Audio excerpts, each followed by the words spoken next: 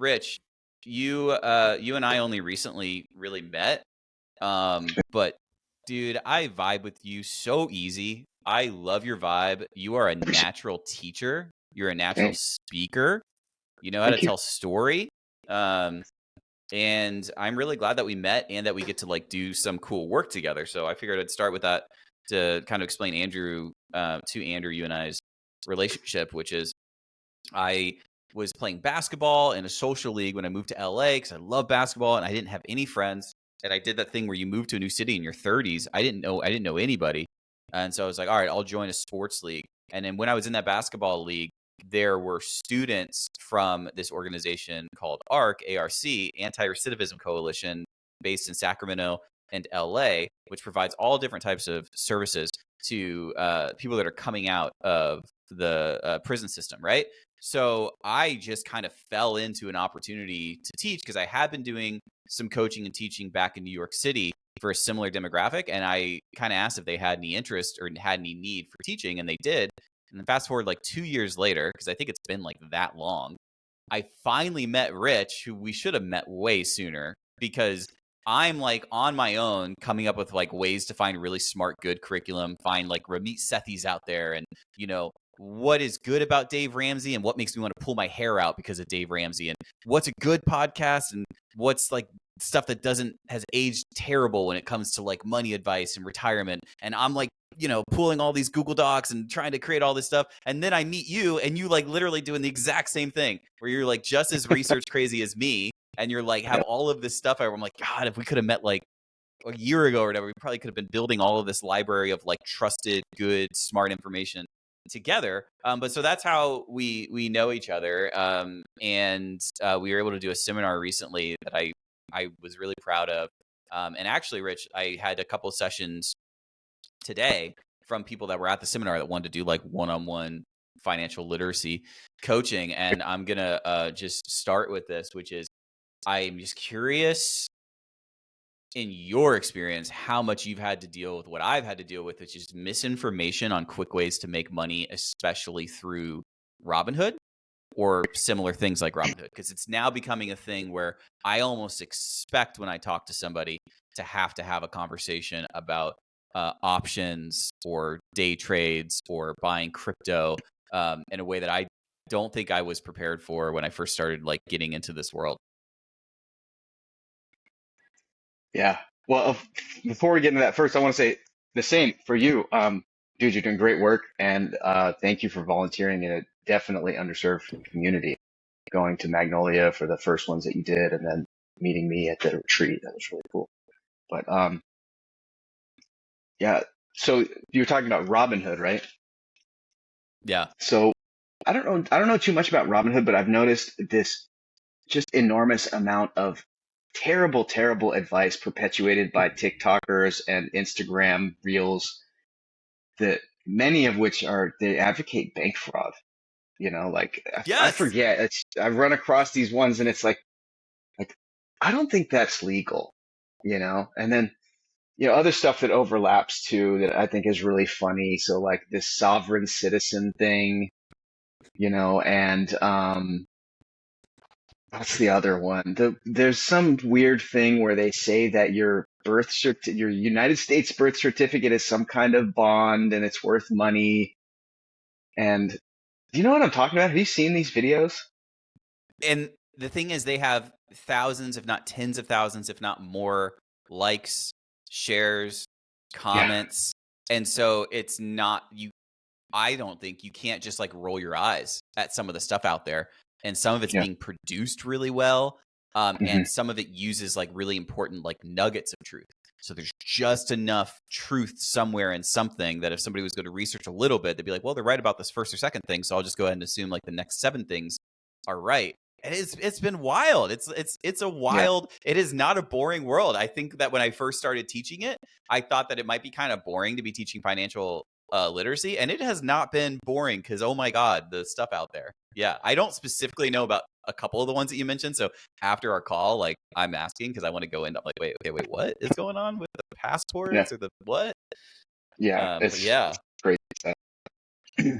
So how did you end up? Because I assume I assume probably similar to me, you didn't just always weren't always passionate about money and being smart with money and any of these kind of things. Like I certainly wasn't. And I love my parents. I've been incredibly privileged in so many ways, but they were not passionate about retirement or budgeting or being smart with all these different money moves. So a lot of it just kind of I had to figure out on my own a few years ago because I had made so many mistakes and had so many bad habits. So I am curious, just kind of, and this is the really fun thing about what Andrew and I do is that he might bring somebody on and he's really passionate about talking a subject I might not know anything about, or vice versa. So I always get really curious to know like Andrew's knowledge in the field or where he's at too. But I want to start with you, Rich. Like, how did you end up in a place where you were putting together like robust online resources to help students figure out like really tough questions about whether it was debt or credit score,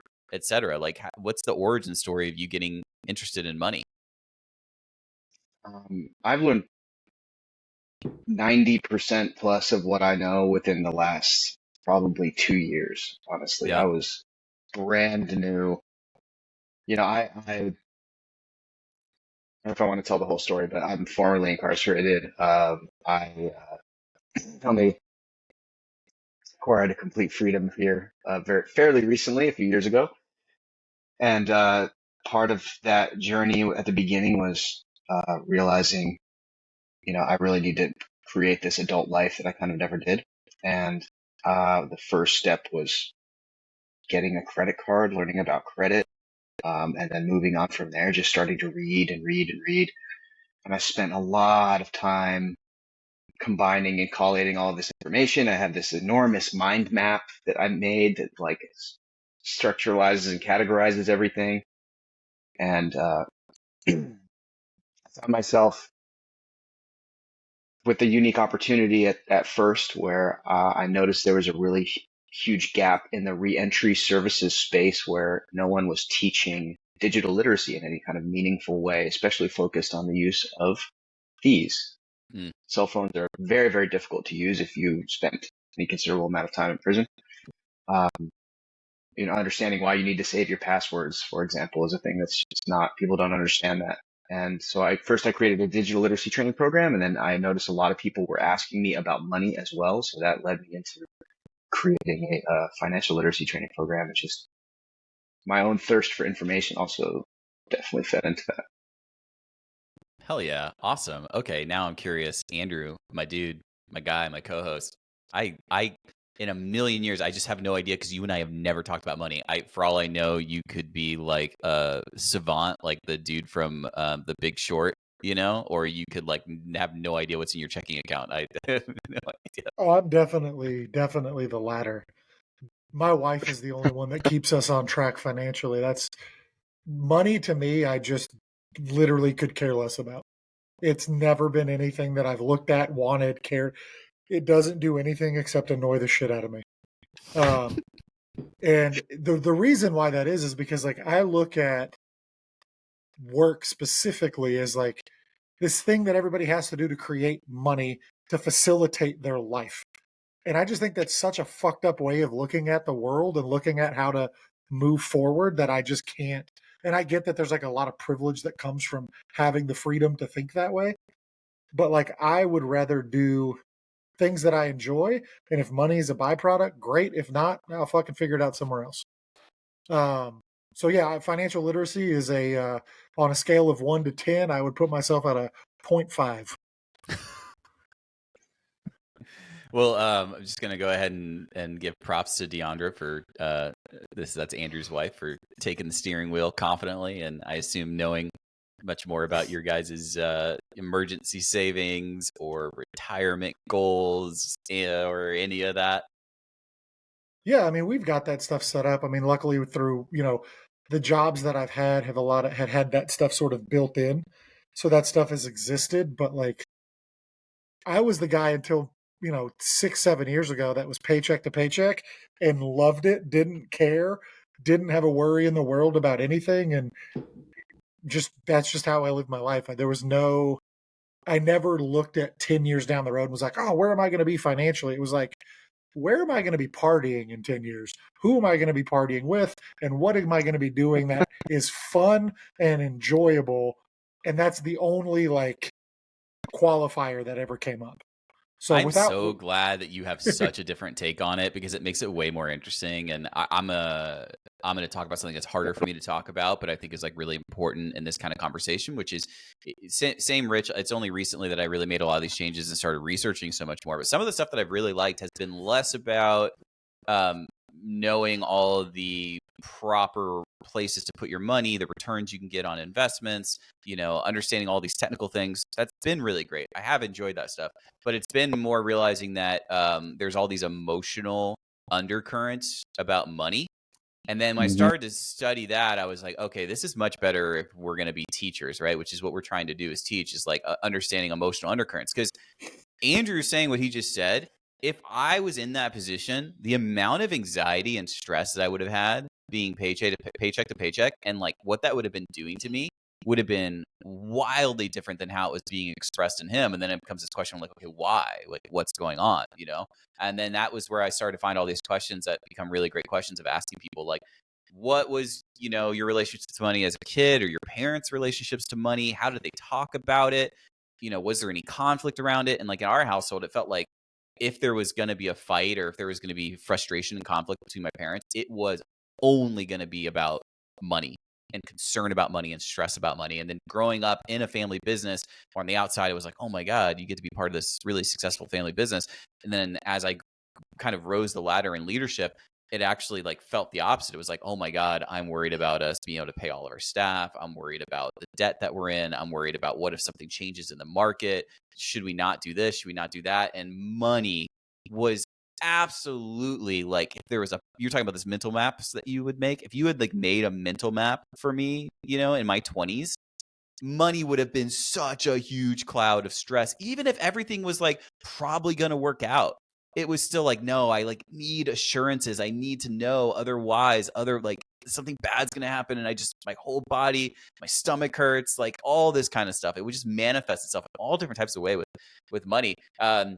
And so that's cool to have Andrew on and be in the same way, and to realize like a lot of these things can be changed. And a lot of it isn't necessarily even about like having to have more, have a money goal change, as much as some of the important work that can be done about like, how do you feel about money, and like, how do you react and respond? And does like your nervous system start to go haywire, or can you just like straight up be like, nah, it's going to work out. Like I get paid next month and it's whatever. Like there is such a contrast, Andrew, is what I'm saying, between you and me 5 years ago, and I think I'm much more chill now, but man, it's taken some work, because I think money for a lot of people can feel like this thing that they're like held back by, or suppressed under, that they can't get out 100%. of. Where do you fall on that spectrum, Rich? Now or then? Either So or. in my past life before the late unpleasantness, I most definitely, high risk was my thing. I did not think about a year ahead or even a week ahead, really. I just kind of live life day to day, and obviously made some very poor decisions. Now it's absolute polar opposite. Me and Charlie think very similarly about money based on what we've read. I have a lot less stress about that kind of stuff now, because I have a forward looking, plan with money, and I realize like the power of compound interest, even though that's such a tired, like cliche, but the power of compound interest, the power of just regularly plugging a little bit of money away and things like that. So I have a lot less stress about it. And I've realized too, just to go off of what Charlie was saying, that if you can divorce your emotions from your, your thoughts about money, that's like probably one of the biggest victories you can make, I think, as an individual. At least that's my experience. Yo, absolutely. Can I give an example of one of those? That was me. I was like, this is when I was like deciding I need to change some of my habits, because I'm in debt. I'm constantly in credit card debt. I just make impulsive decisions. I have no money in my 401k or retirement, like, right. And I decided to like do this online kind of like I had a coach. I can't remember what the name of it was, but they were like a licensed, they weren't a CPA, but they could do the financial literacy type of coaching. So I went through this program with them, and they were basically like, you have to pay yourself and pay your debts. You have to do both at the same time. Like, you need to put money in savings. And I refused for like 6 months to a year. And I think of myself as like an exceedingly rational, very successful professionally. Like, in a lot of ways, like I have a lot of confidence in like being savvy or whatever. And yet I was so emotionally turned off by the idea that if I have this money sitting around, it just needs to get my credit card bill down. Like, it can only do that. And then when that's done, then maybe I will think about any of this other stuff. And then somebody could like get in front of me with a whiteboard and show how mathematically that was wrong, right? How there would be a greater return if I did some type of hybrid. And I would sit there and like look at it and be like, I'm not going to do it. And not for logic, but just pure emotional kind of hold over me of being like, I just need to get out of credit card debt and then I will. Right. And so now I have a lot of, I'm kind of grateful for a lot of those. I have more examples like that. I'm kind of grateful for them though, because I think they make you a more compassionate teacher, because you can actually imagine and remember being on the other side of something. And then it creates quite the challenge. But I know you like the challenge, Rich, where the challenge is like compound interest does make people's eyes want to gloss over. So it's my job to find a way to make that not happen and for something to click. And for people also to feel like learning about money or learning about financial literacy is super accessible and isn't like, like this, like getting into Harvard type bullshit. Like any of us nowadays with so much amazing free resources, like we're all able to learn about this stuff. So yeah, I really agree with that emotional part. The way you said that, divorcing the two from each other is so massive. And I'd say I'm trying to spend more time on thinking like, how do you do that? How do you ask the right questions to get people to try to open up, to feel safe, and to really think about like what's emotionally going on? It's hard for people to separate the wheat from the chaff when it comes to the, avalanche of information you can find online on basically, anything, especially when you have bring it full circle, especially when you have little TikTok videos advocating, oh, you can make $1 million by doing puts, and options trading and Forex, God forbid, It's so crypto. bad, Andrew. It's so bad, man. Rich and I could just spend the next hour talking about how bad it is. Do you know about any of this stuff? Puts, I mean, options? I see a lot of these, viral videos of like how to take $5,000 and turn it into $100,000 in 2 months or whatever their little thing is. But I don't know, man. Like I said earlier, like the whole aspect of money management, all of that is just, there's nothing there that I feel this like pull or push to like grab onto any of that. So I'll look at it and I'm like, okay, that's interesting. Or like, specifically in Middle Tennessee, it's like everything here is wrapped up in real estate. Like, I mean, if you want to talk about like the boom, it's property value here is like on a 6x curve, and it has been for like 10 years, and everybody's freaking out about everything that's happening with the home market here, and everybody that I know is in real estate. And they're like, man, if you just want to give us some money, we can invest it for you, and you have all this blah blah blah. And I'm just like, nah, don't, no, not for me. And my wife's kind of in the same boat, but she still has a lot more attention to it. But no, I don't know why. I've just never been. It's never been something that I've sweated or cared about. I've never lost sleep about it, and I've been like, when I say like paycheck to paycheck, I mean like I used to be able to drink against my paycheck at one of the restaurants and bars that I would work at, and I got negative paychecks multiple times. So like there has been moments where like there's not always I've never had a safety net to fall back on, but I just, for whatever reason, my household growing up was never, money was never a thing that I ever placed value on, and I don't really know why. That's super interesting, but it's also, and Rich, I'm curious your opinion on this too. It also, money becomes, in my experience, money has become such a hard thing to talk to people one-on-one about. Like, I usually have people more willing to talk about like conflict as a kid, abuse in a household, trauma. I swear to God, even like sex life, before they would want to talk about their knowledge of money, how they spend money, how much money they make. And even in this situation, it's like a real-time example of this like sacred thing, right? Where like Andrew's not a student, he's not asking for advice, he's not asking to be coached. And so then there's like this kind of like respectful thing too, where like, well, I'm really interested in the why or the what is going on there, but also there might not be a need or an ask for anything because they're perfectly happy.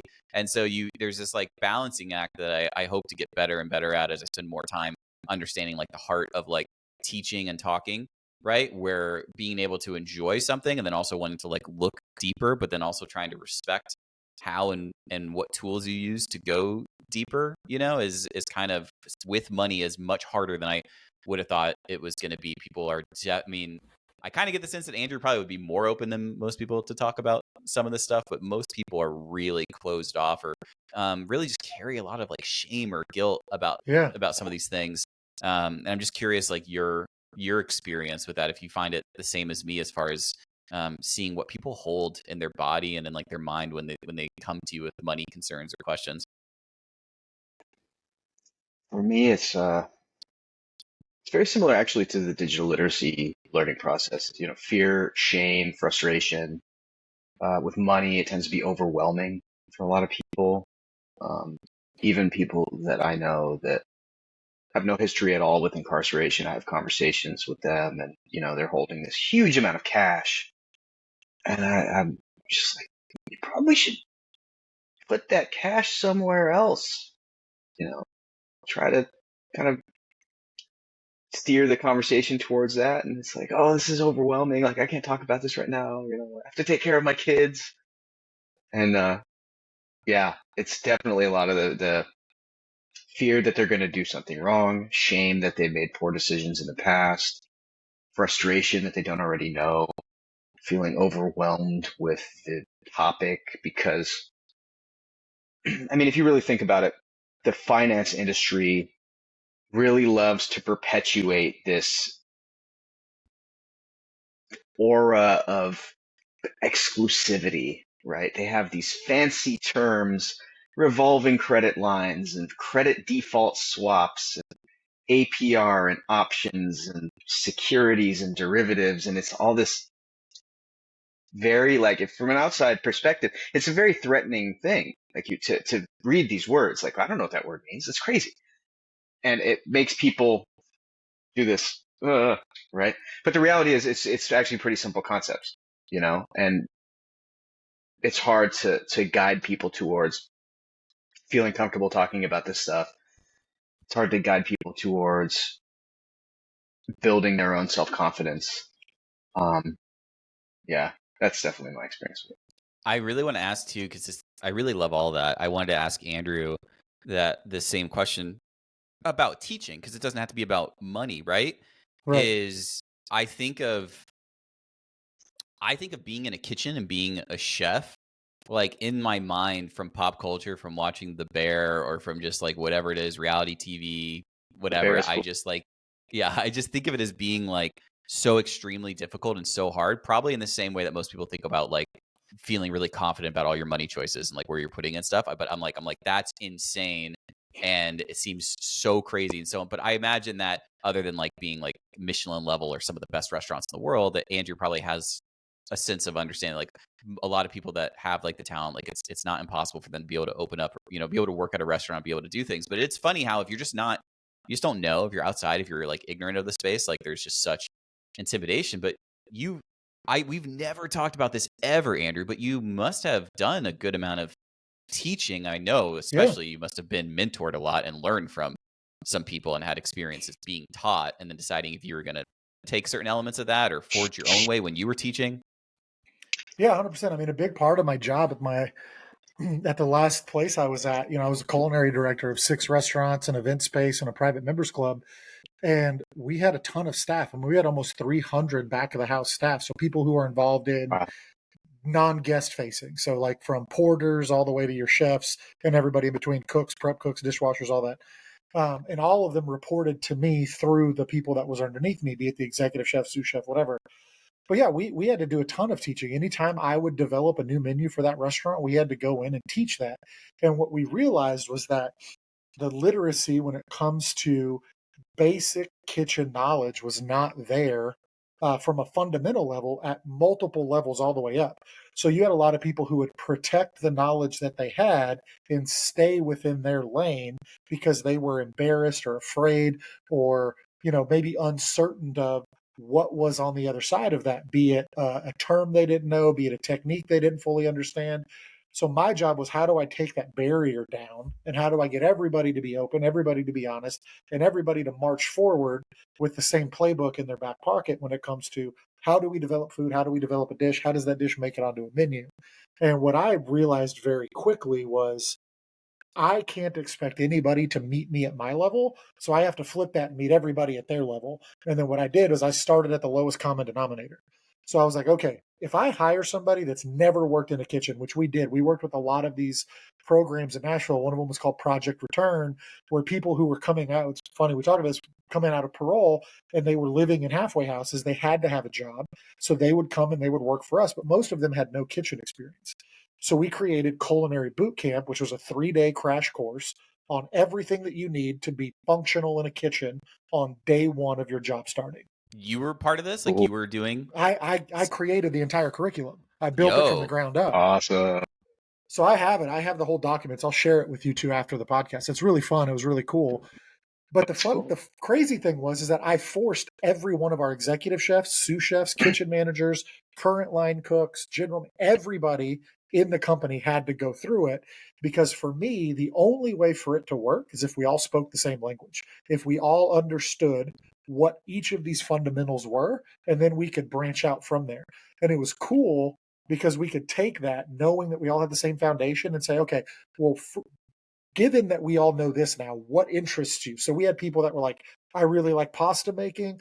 That's the avenue that I want to go. But I work at Saint Anejo, which is a Mexican style taqueria. Well, it's like, okay, cool. Well, as soon as we have an opening at the Italian restaurant, we'll move you into the Italian restaurant and wham, we've now found something that you've connected with. But it started with building a foundation of everybody speaking the same language, everybody having the same base knowledge. So there's no hesitation for somebody to step outside of that and say, oh, this is what we can do or this is what we can't do. Everybody's on the same playing field. That's awesome. I was so my follow-up question for both of you guys, and something I think about a lot, which is like, what are the black eyes within what you're teaching? Like, in financial literacy, I would say, and Rich, give me one or two if they happen to come to your mind. That it's boring and it can very easily be stale and very hard to get people engaged. Two, it is so people come from so many different potential problem areas when it comes to money. So somebody could totally be fine on credit score, but they're really struggling with, saving up for a home, and that's what they want to talk about. And somebody else could not even have a credit score. Somebody else is like trying to figure out how they're going to take care of debt management, whatever it is. There's just so many different things that, one, it can be boring and hard to engage. Two, it's really hard to teach a class and have everybody be at the same level because it's just there's so many wild variances from people's personal money backgrounds. And then the other thing I think that like comes to mind, other than being boring, hard to engage, having like different backgrounds of things, is money is like comes a lot with a little bit of like bang you over the head type people, and that's getting less and less. Like Ramit Sethi, I think, does a really great job, but a lot of people, they bring like very like hardcore like judgment in as a strategy. It's like very stern, like make somebody feel small and like do something like to be like, that's bullshit, that's stupid, don't do that, that's how you end up poor, have a rich mindset, like all this kind of stuff. And I think those. So anyway, Rich, do you have anything to add, or anything that comes to your mind when you're thinking about like some of like the cliches or some of the stuff in like teaching in this world that are like, aren't so great? I mean, everything that you just said for sure. The one really tired sort of adage is the whole Starbucks thing. Oh, don't buy the coffee mug. Like, but it depends. It's very subjective. Basically, if you get coffee at Starbucks, like a latte or a frappuccino or something, whatever, or anywhere really, any kind of coffee shop, you make coffee at your house. It costs you 25 cents, maybe, even if you get good beans. If you get it from Starbucks, it's like $6. And if you make it a habit and do it every day, I mean, how much is that? 6 times 365? That's quite a bit of money. And if you were to take that amount of money and plug it into some kind of long-term retirement thing, even one that's relatively low risk, you're looking at like probably $200,000 in retirement, you know, or more. And it's just one of those things they really drill home is like trimming the fat off of your expenditures every month and your expenses and, sticking to food, shelter, clothing, I think if It's some of those, it's Rich. those, That's a perfect. Oh, no, sorry. You think of some of the what? Go ahead. I think I think if some of these like financial gurus that push that, I think if they had their way, we'd all be wearing like burlap sacks, honestly, Yeah. you It's one know? of those things where, like I said, like there's truth in it, so they're not. It's like they're not wrong, but it's not effective, and it's like the difference That's exactly, between being right about something and yeah. being effective. And like you can shut so many people down by this Hmm. idea of financial literacy or being smart with money is about not having something you want and about being less, instead of thinking about how it can be expanding into being able to afford and have more of the things you want in life. And so the Right. coffee example, I think, does more harm than it does good, even if they're not wrong about their math equation. So I just think that's a really good example. And that's why I was also just kind of curious what that looks like in the chef world. Like, is the Gordon Ramsay stereotype fair? Are chefs like abusive and awful? Like, what are some of the black eyes or some of the things that feels like when it comes to teaching in a kitchen? Right. First, I want to talk about the Starbucks thing really quick because Yeah, the please. that whole idea is I fundamentally disagree with that at my core, and I could not be more opposed Oh, to okay. that whole framing of put away now to have later. Because the one thing that I do in my everyday life, which people in the financial will probably think that I'm insane, is that I'm never going to rob myself of today's joy for tomorrow's possibility. Ever. I can't, that math equation doesn't work in my head and I'll never do it. And it drives my wife nuts. But I've never regretted a cup of coffee after I've had it. And I've never once done something in the space that I choose to spend my money later on down the road that I'm like, man, if I wouldn't have done that, because I'm buying a story, I'm buying a memory, I'm purchasing something other than that cup of coffee, other than that meal. And to me, those are all avenues to experience life. And if I'm Well, limiting myself today to have this opportunity potentially in 15, 20, whatever years, when I get to that point, what am I going to look back on and go, what did I do? How did I have fun? How did I spend the 20 years getting to today?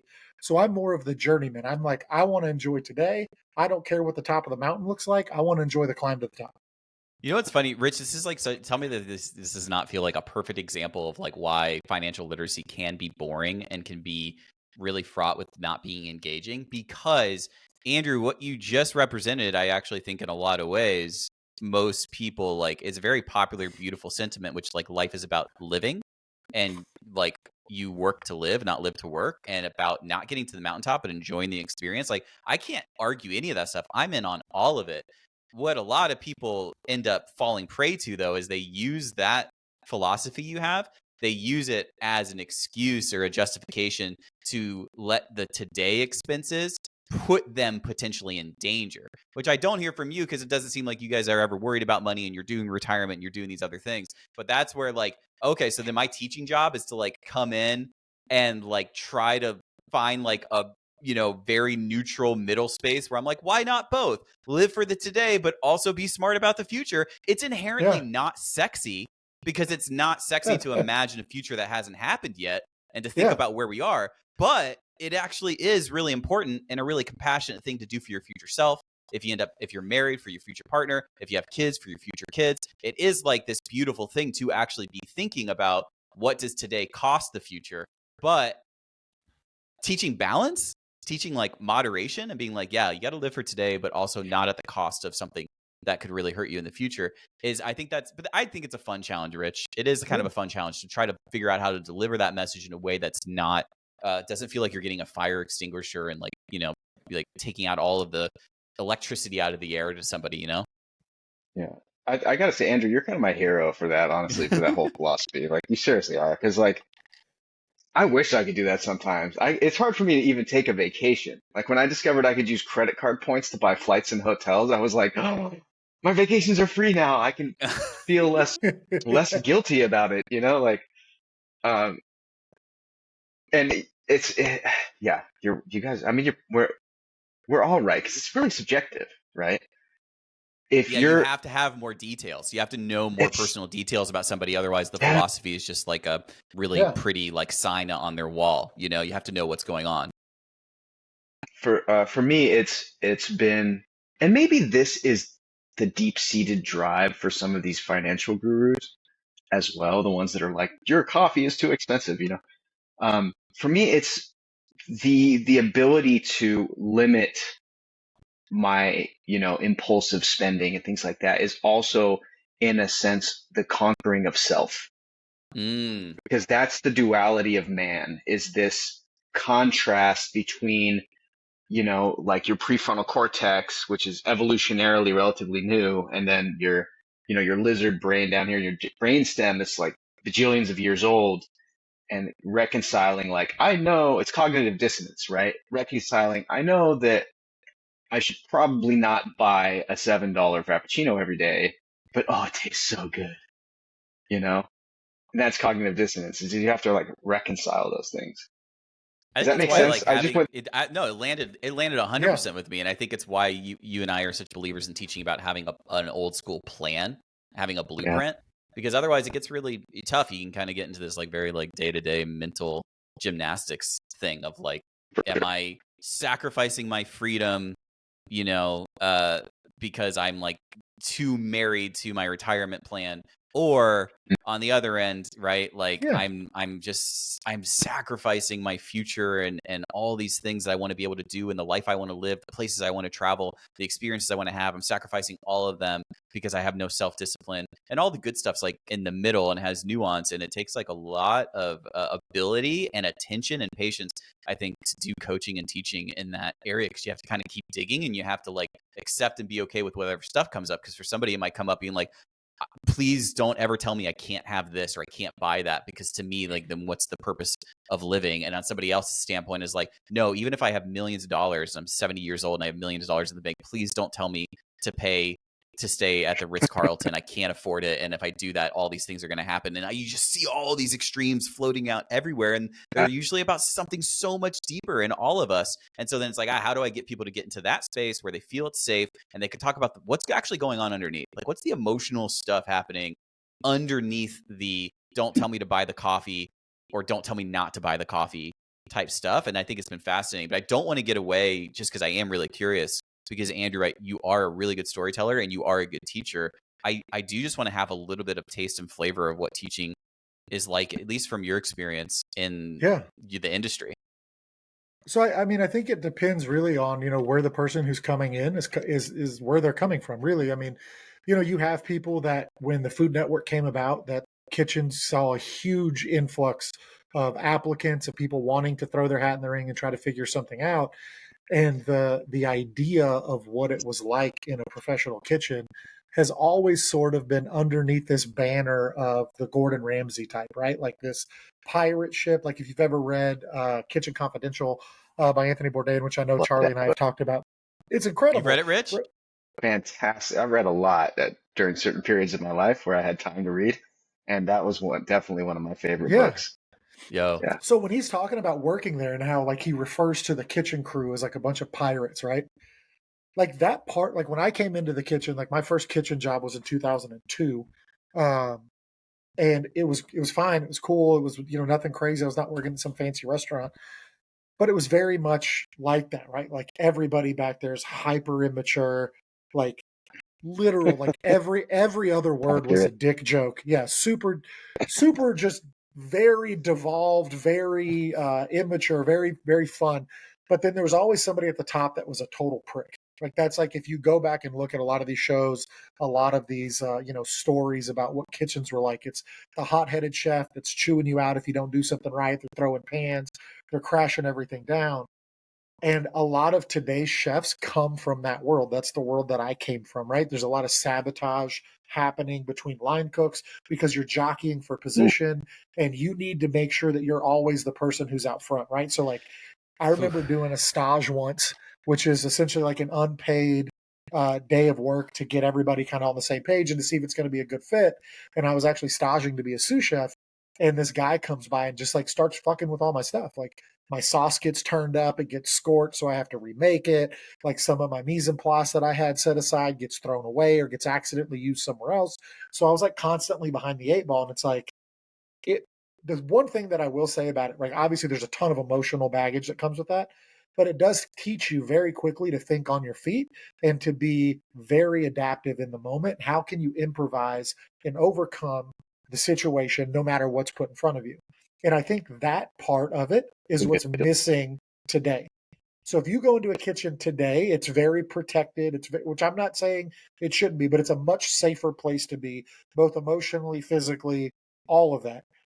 But what's missing, in my opinion, and I don't know how to get it there without the modeled behavior that I saw, which is the over the top asshole chef yelling, cussing, screaming, and the sabotage, because it teaches you to always put what you're doing at the forefront and to ensure that you have your shit together.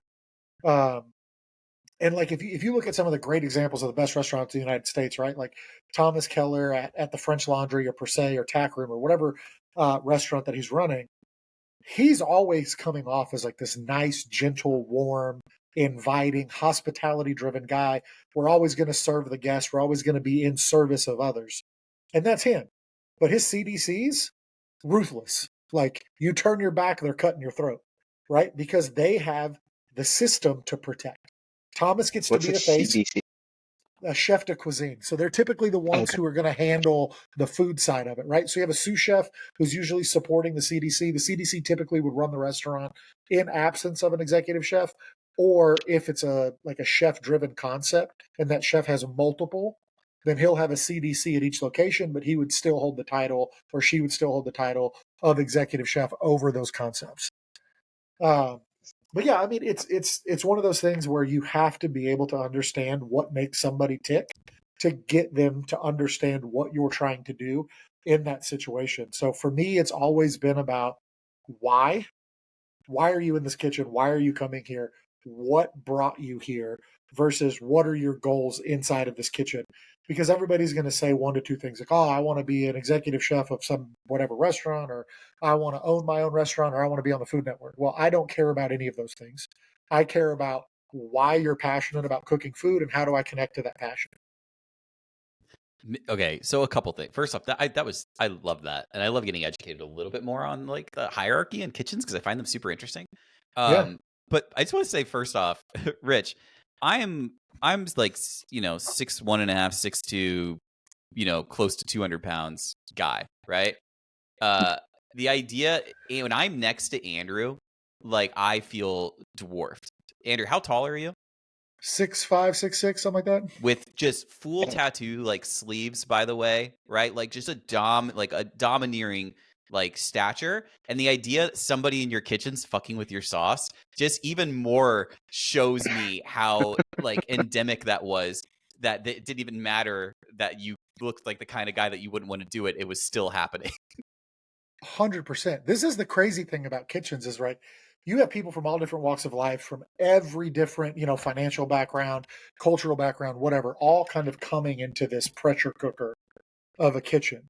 And the thing that's so different about kitchens than any other industry is that you have a very finite amount of time to get something done and to make an impact on that guest that's coming into your concept to have an experience of some kind, whether it's a celebration, whether it's just a night out, whatever it is.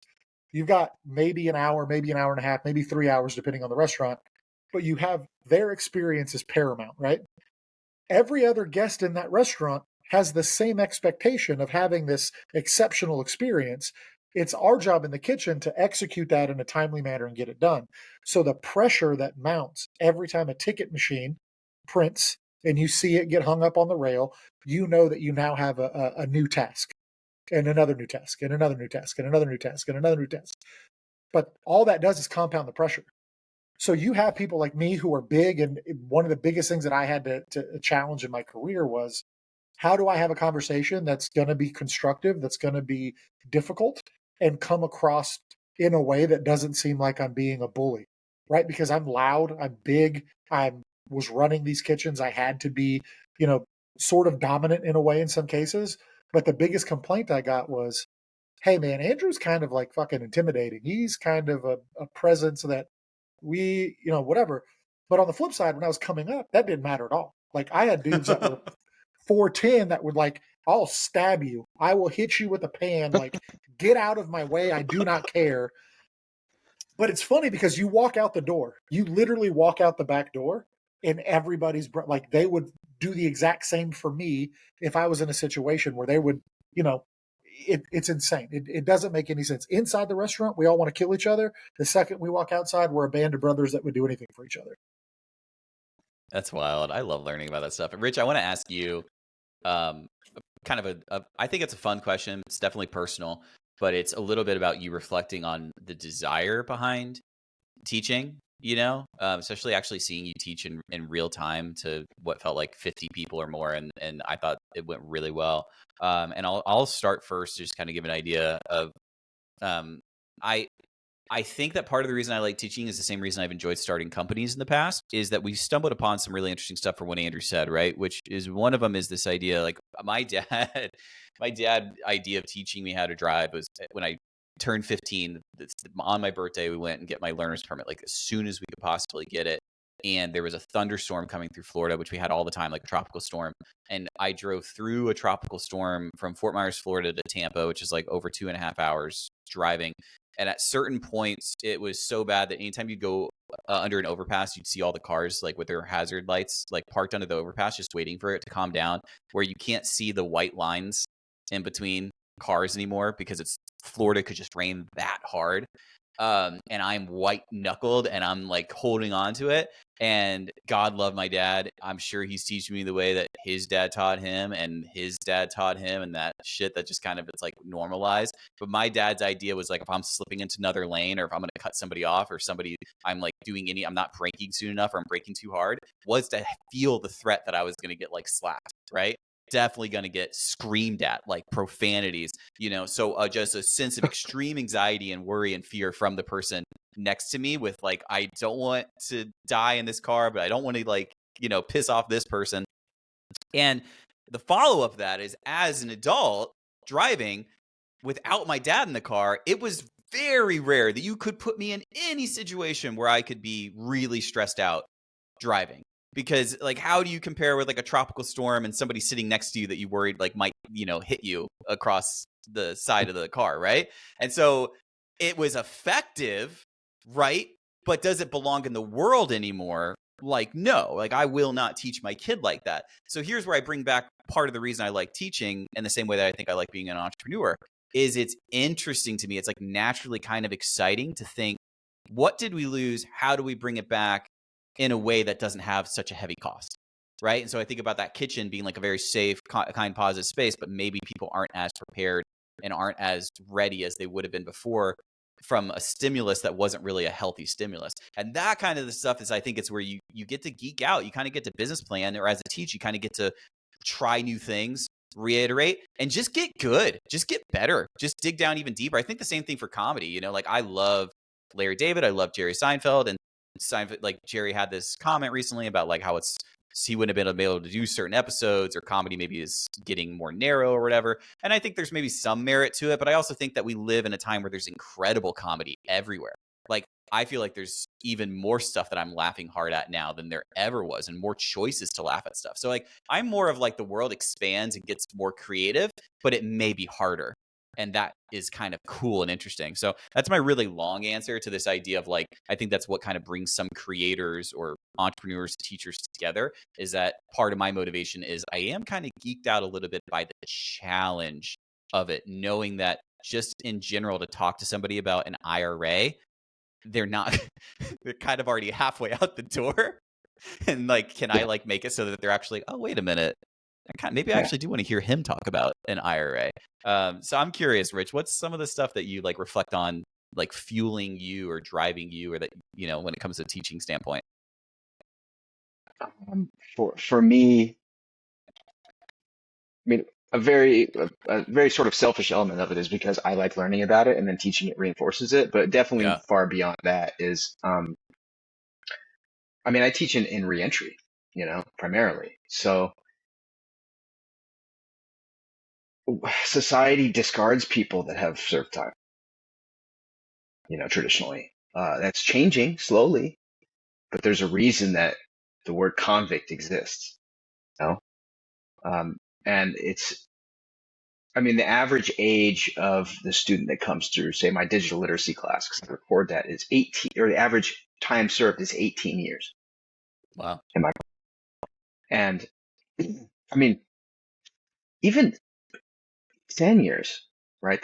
This cell phone thing has happened within 10 years, right? This whole, like, our whole lives are run by these stupid little tablets that we carry around, and a lot of people that are formerly incarcerated, they're from their system impacted themselves. Incarcerated parents are from disadvantaged communities that never really had education like that. And then they go to prison where you earn 8 cents an hour for 20 years. And the budgeting you have to do is like, okay, how much instant Folgers and how many top ramens can I afford this month? Do I have enough hygiene products to last me through the next 6 months to a year lockdown? And that's all they really have to think about. And then they get out, and it's basically like somebody's like being an adult, and then somebody hit the reset button, did a hard reset on your life. You have no work history. You have very little work experience. It's difficult to translate a lot of the programs that exist inside into a real world application to put on like a resume, just whatever. So it's an enormous thing. And I really just want them to win. Like, that's really it, is I want to help people in reentry win in this society. And it's the best way I can do that is by teaching them these skills that I feel are very, very important. That's why I do it. That's pretty much it. Fuck yeah. I wanted to wait a second before I said fuck yeah, because I was like, I might want to clip this because I'm really enjoying what you're saying, and I don't want it to, the F word to just jump right in at the end. But like, fuck yeah, dude. Thank you. Thanks for being vulnerable and sharing that. Andrew, man, what is it that you like about teaching? Because I know part of you must actually, whether it's in the kitchen or it's completely outside the kitchen, like I do just get the sense of like that vibe from you that you enjoy, teaching other people. Yeah, I mean, to me, I think one of the greatest gifts that you get from community is the sharing of knowledge. And for me, the community that I thrived in and that saved me from being somebody on the outside has always been culinary. It's been that way since I was younger. So anything I can do to broaden that community, to strengthen the message and the values of that community, and then to help expand it to people who don't necessarily understand it or don't know how to bridge the gap between this is a passion that I have, how do I turn that into a profession, has always been something that I've really enjoyed, because it's a very difficult thing for people to understand that the barrier to entry in kitchens is not high. It's very, very easy to get into them, and it's very easy to find yourself, to find success within a very short period of time in that industry. It just takes a little bit of want to. And I think when you can take those barriers away and show people a path that's not just, oh, you have to go to culinary school, you have to, work in restaurants for hundreds of hours a week, and there's so many different ways to get to where individuals may want to go within that industry, that I just like being a part of somebody else's journey. I don't do it for this. I don't know. I just do it because I enjoy it. Like, there's not the driving factor of it for me is just being able to share something that I care deeply about, that I've found success in, and to walk other people through that. And I think it's been very rewarding to see people that have worked under me and with me go on to take on running kitchens and running restaurant groups. Like, one of my really good friends out here, he had a food truck when I had a food truck, and he ended up coming to work with me. And he had always worked in restaurants, but he'd never worked in restaurants that were at an upper echelon level. They were always like the fast casual restaurants or the chain restaurants, which there's a certain skill set that goes into running and managing those, but there's a very clear, very basic playbook, right? That some big corporate guy invented X number of years ago. So he came to work for us, which was an independent restaurant, and he worked for me as my sous chef. And it's the first time he'd ever been a sous chef. And now he is the director of training and opening for new restaurants for one of the fastest growing fast casual concepts in the United States.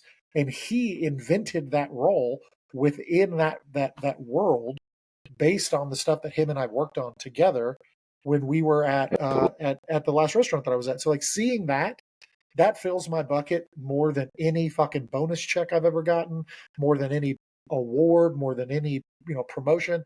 That to me is what fuels me to do it, is how many of those stories do I have an impact on? Wow, man, we stumbled on some really powerful stuff here. This is great. Okay, Cool. I have a question I want to ask. Andrew, any questions or curiosities? I'm going to come back to you in a second too. Of things you just like been wanting to ask or talk about, please. We're hitting over an hour now. You mentioned, Rich, that part of the reason you like to teach same as me is that you like to learn. And I never realized, I know it's been said a lot, but I'm one more person saying it. Like it's like one of the best ways to learn is to be forced to teach. It's been so great. And I'm curious from that same idea, what is something that maybe like 5 years from now you could see yourself or hope you see yourself maybe teaching, because it means that you got even more knowledgeable or into some type of thing or subject or whatever, and now you're teaching it. What's curious to you? It's funny because I want to have like number 3 in the series. So it's like digital literacy. Okay, cool. That's a thing, right? That's like a nice encapsulated topic. And then I have financial literacy. That too is a thing. And then I'm looking for number 3, and there's nothing that like fits in the egg mold next to the other 2 easily. But really, it's a growth. So it's one of the things that I'm very interested in is learning about how identity theft works, because I'm meeting a lot of people, surprisingly, a lot of people who have done some serious time, and they are victims of identity theft. I have one of my students went to the DMV and was trying to get an ID, and the lady was like looking at the screen, looking at him, looking at the screen, looking at him. She's like, what's your name again? Like, what is your? And then she turns the screen around, and there's a different guy on the screen. Oof. Oh my God. That had been taking photos for his driver's license. He's like, I've been in prison for 25 years. I don't know what to tell you. I never took a DMV photo before. And this is happening. So I'm learning more about that. I'm learning more about helping people attack this issue. Basically, it's a very involved process. And then beyond that, just maybe unifying all this curriculum into something to where I can have people start with square one, and learn all the digital stuff and practice it and gain a certain level of proficiency, and then, think about what their future financial prospects look like, and then do a financial literacy. Can I throw in another one for you? Because it's me predicting. I'm Yeah, just predicting. go ahead. You're already somebody that in my circle has adopted daily use of AI more than most people I know. Oh, so yeah. I see that being like probably something that will just happen naturally, where you'll be able to like find a way to safely and smartly onboard students with like, here are actual use cases where you can't fall too off the road or off the rails, but you can get like probably some real value from it, especially as the tools are advancing so fast, Oh, yeah. I've actually, since I started teaching digital literacy, I've added an AI section, and it's made digital literacy a little dense, but it's really great to have that part at the end and introduce people to the power of these bots, and just show them how they can use them in their daily life. Being able to like take a picture of the food in your fridge and then ask what a recipe is that you can make out of that food is pretty cool. It's a pretty nice thing to have. And I show a lot of like use cases, and I try very, very hard to stay up on that topic, because yeah, you're 100% right. It's going to change the world, not in the way a lot of people think. I think like people are worried, oh, it's going to replace our jobs. We're all going to become the equivalent of the person monitoring the self-checkout area. But it's not really that good, but it is still a very useful tool. Yeah. Yeah, I agree. I think when I was teaching at Magnolia, it became really apparent to me that like some of these things are just like huge time helps, and time is such an incredible like asset. So now if I can just be like, all right, can I use this tool to figure out how I could meal plan off of a very like slim budget, by picking up these items, and like I need low cook time. I don't have a lot of room for storage, like, and all of a sudden like here's all these great ideas for meals, that can be super affordable and smart. You Yeah, can okay, give it those cool. parameters, and it'll Yeah, do right. it. I took a picture of yeah. some stuff on my counter like I pulled some random stuff like pre-cooked rice and something else and like a can of Spam. I was like, what's a cool recipe I could make with this? And the AI spit out this recipe and it was like rice bowls with egg and fried Spam and pineapple. And it was so good. And it was easy to make. It surprised me. It was cool. I love that. Andrew, anything you wanted to ask or share as we're kind of rounding up? Yeah, I don't know if this is the best thing to end on because I feel like we might get lost in it a little bit because I've been trying to figure out where to sneak this question in. But I hear a lot of people talk about when they talk about financial security, when they talk about money in general, right? People always say, well, money is never the cure for happiness, right? Money does not equal happiness in any way.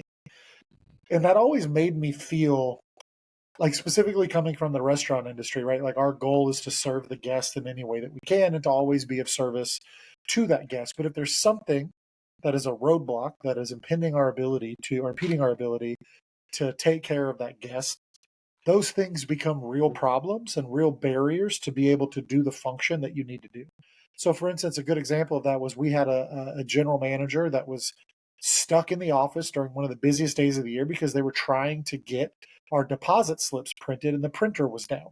So then we didn't meet the deposit for the bank that came, created this whole issue with closing out the night before and making sure that all the credit card process payments went through. Like, it was just a huge financial issue during that day. But it took her out of her main role, which was to be of service to the guests that come into the restaurant. And we had this huge argument about it. And it was like, at that time, the biggest problem she had was that printer. And that was the one thing that kept her from being able to do what she is supposed to do as the GM. So when I think about that in comparison to the money situation, which is, oh, if I just had money, I would be happy. I would be able to do the things, I'd be able to have the freedom to do all of that. And then you hear people on the other side of that have money that say, oh, that's not the answer. Money's not the answer. It's, you've got to understand self. So when you talk to people who literally don't have money, they don't have anything coming out of incarceration, how do you bridge that gap to say, yes, money's important, but it's not the only thing that's important? It's a great question. It's stressing that it's part of the Swiss Army knife, basically part of the skill set that just really helps, understanding the broad scope things that are very often overlooked. Part of what I teach, and surprisingly nobody really talks about, especially upon immediate release, right? It's, most people they're in housing, a halfway house or something like that, maybe a year. Very recently the funding in Los Angeles was cut for a lot of these people to 6 months. That's it. A lot of these people have no credit at all, never had a credit card in their lives. And they don't know that credit takes time to build. So really what they need to be doing is getting a credit card immediately after they get out, and then responsible spending, and a lot of that's just overlooked. That's just one small element of the pie of skills and considerations and many things that they have to learn. And it's not unified, unfortunately. Yeah, I really like that, and I'll add my own flavor to it since we're both teaching and trying to learn so much in just like 2 years. Um, I think a lot of the people that will be like, I'm worth all this money now, and it hasn't made me any happier. I think that my guess is if you asked a lot of them, I'm sure there's gonna be some outliers. If you asked a lot of them, how much money then would you be willing to live off of and not have it affect your happiness? That there will be a number eventually, and by that I mean like they won't drop down to a very unlikely they'll drop down to minimum wage, or they'll drop down to a lower number, and that's why it becomes a more nuanced conversation. And just nuance is not exciting. Nuance doesn't get clicks. It doesn't go viral. It's not super exciting or thrilling to say, well, there's probably a middle point there somewhere where you can like have a decent cost of living, potentially never worry about being able to pay rent, or even, oh my God, maybe be able to have a mortgage one day, to be able to like go on some trips, to be able to have some philanthropic giving, to make sure there's Christmas presents and that you don't worry about groceries. There's some line somewhere, depending on where you live, And that I think money does become a very important thing to an extent of just not having to constantly feel like you're fighting just to be able to have the necessities to function for you or your family. And then I do think there becomes, on the top end of that too, a point where you hit a certain amount of money where it absolutely gets much tougher to, and I know that's outside of money, that if I could go back and tell like 16-year-old me, like, you're going to start multiple companies. One of them's going to get featured by like GQ. You're going to sell them. Like, you're going to have all of this like success. I would have been like, oh my God, all of my insecurities will be gone. I will have such a good like self-image to myself. I'll just be content. Like, that's going to solve all of it. Like, I know that that's what I would have thought. And all that happened was I celebrated for like 3 or 4 days and was super excited, and then was like, oh man, I'm not doing enough. I need to do more. Immediately all the insecurity was Duality right of back. man. And I was like, nah, I need more validation. And yeah, I know we were featured there, but that's not all because of me. It's part of its luck. And I probably don't even do enough in my company to have earned that. And I was like, okay, oh shit. Wait, it's not any of the stuff that happens or any of the excess of money. I got to like find a way to actually like look inwards and see like how I'm torturing myself and what I'm doing to myself, because otherwise no amount of money or any of this stuff's going to do it. So that's my little bit longer answer, Andrew, on my take, is that certainly to a certain extent it is, I think, necessary, because the way the world is, just it is what it is. Like we have to be able to like have a certain level of function, I think, for the most part. And there always will be outliers to that, and always exceptionally interesting people that don't fit in that way. But I think for the most part, when Rich and I are teaching people, like the greatest gift we can give is to try to find a line in the sand and be like, wow, Los Angeles is a really expensive place to live. What tools do we have at our disposal to say you can spend less, but also we hope you can earn more, so that you cannot worry about these basic things, while also bringing in that thing you're talking about, Andrew, of saying, but don't get obsessed and think that your value, your worthiness, what you deserve, is based about that check continuing to go up. That's true. That's true. 100%. Yeah, I dig that. I mean, it's just such a weird thing, like we were talking about it earlier, like what is it that caused us to fall into this like path of teaching, or maybe why is my experience with money so much different than yours, or even yours, Rich? And it's like, I remember going back and like thinking about like what I was doing as a kid and what money meant. We were super poor family coming up, never had money, nothing like that. And it was just we always found a way to do things. We always found a way to kind of have this like joyous thing, even though there was all this like hard circumstance around it. And, there was moments in my life where there was a lot of money coming in. There's a lot of like, I got a lot of really big checks at one time. And in my head, I was like, okay, this is cool for now. This is cool for today. But, at a point when we talk about regret, we talk about looking back, we talk about happiness and protecting the future. There's definitely moments where I look back and go, okay, I wish I had a little bit more literacy to have handled something differently, because it would have set something up to where I didn't have the challenge today. But to what I said earlier, that's the pervasive thought that's in my head. And to your point with the lizard brain and the prefrontal cortex and knowing what part is fundamentally Andrew, fundamental Andrew is I'm going to buy the fucking cup of coffee every day. I'm going to go out to eat whenever I want to go out to eat. And I'm going to spend money on stupid fishing shit that I don't need because it makes me happy today and it puts a smile on my face. Fishing? Oh, dude, that's all I do. That's all I care about. If I'm not doing this or every day. Yo, how do we co-host a podcast together and have had multiple dinners together, and I literally am just surprised by the idea of you with a fishing pole? Because that's my, like, if I have a bet, like I'll cut out of work and go fish for an hour to clear my head. Wow. Like that's like my version of meditation, or my version of cracking a beer at the end of the day. It's just go taking put a line in the private water. notes to do future do podcasts freshwater, on Andrew? fishing. Yeah. I'm in Nashville, Tennessee, so we're landlocked. But yeah, I've got a river about like from my front door to the river is 5-minute walk, and I've got been a to kite. Nashville before. Yeah, I love it, man. It's Been awesome. in downtown Nashville. Yeah. Well, It's I funny don't you love mentioned fishing. I'm going next weekend, Friday, Saturday. We're taking a boat out of San Diego and going down to Mexican waters for bluefin, and it's just off the hook right now. Dude, I'm so jealous. One that Oh you're my going to be in God. San Diego. I'm chartered gonna the connect. whole boat. I'm gonna connect you guys when you're in LA next time, Andrew, because you guys both love and have read Kitchen Confidential, and you both fish, and that's of all the people I know, I'm not sure I could get 2 for 2 on those very specific. So, Rich, you're in LA things. currently? Yeah, I'm like right in the gun site, right in the middle of LA, like right in the middle of the cool part. Sick. Love it. Yeah, I'll be in I'm in town in Koreatown. July. Well, Yeah. hey, I do think I found a really great place to land that just kind of happened because Andrew kind of mentioned it. But when we were doing our seminar, Rich was like, we were talking about what questions we want to ask, icebreakers or whatever. And then you had that idea of like just asking people, what would they have told a younger self now in this field? And Andrew kind of did that. It's like, oh, maybe I'd go back and think about what kind of literacy or what kind of thing I'd want when some of the bigger checks came in or something. And maybe, Andrew, you have something else that definitely comes to your mind before that. But I think it's a really great place to land. Rich, what's like something that comes to mind when you think like, in this world of all the stuff you've learned over the last 2 years in financial literacy, or about anything that you'd go back and want to tell your younger self?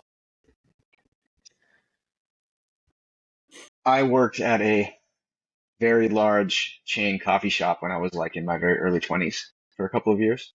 Part-time, I was going to community college, and one of the options was getting discounted stock. And I wish I had just even spent a little bit of money on that and just left it, but I didn't. Yeah, I like that.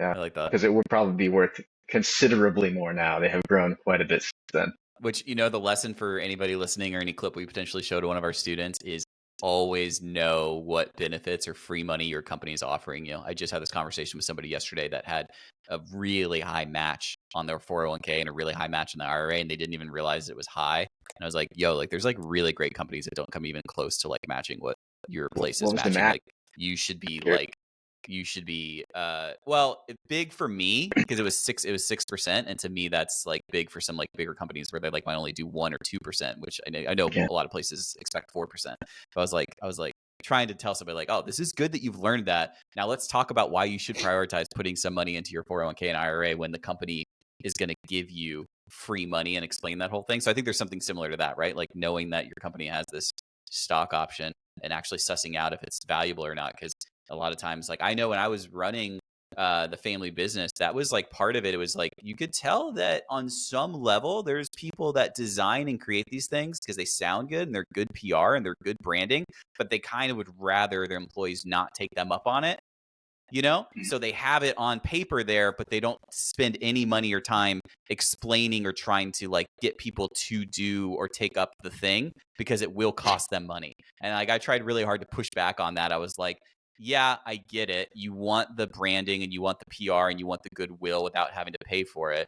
But it just doesn't work like that. And you're missing out on the bigger picture, which you can get 2 or 3 times the goodwill and branding by the stories that you get out of it. So if people actually put the money in and they actually end up doing better, then you get even more bigger word of mouth and bigger referral back to your company, et cetera.